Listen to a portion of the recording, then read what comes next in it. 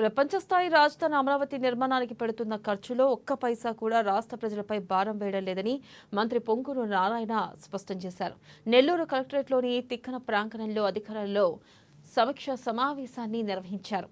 ఇక నగరంలో ఇరిగేషన్ ప్రాజెక్టులు, రోడ్లు, కాలువలు, పెండింగ్ లో ఉన్న బీసీ అంబేద్కర్ భవనాల నిర్మాణాలు, ప్రధాన కూడళ్లు, అండర్ బ్రిడ్జ్లు, ఫ్లైఓవర్ల వద్ద పెయింటింగ్లు, పారిశుద్ధ్యం, మెప్మా అంశాలపై ఆయా శాఖల అధికారులతో మంత్రి నారాయణ విస్తృతంగా సమీక్షించారు.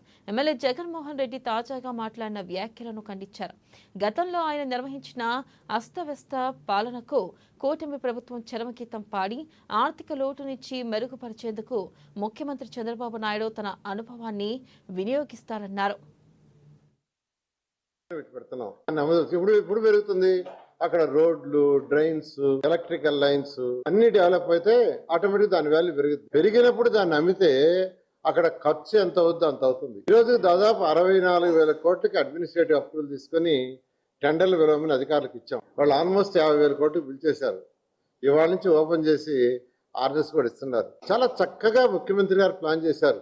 ఒక్క పైసా ప్రజలు కట్టే ట్యాక్సుల నుంచి అమరావతి రాజధాని ఖర్చు పెట్టకూడదు నారాయణ అని చెప్పాడు.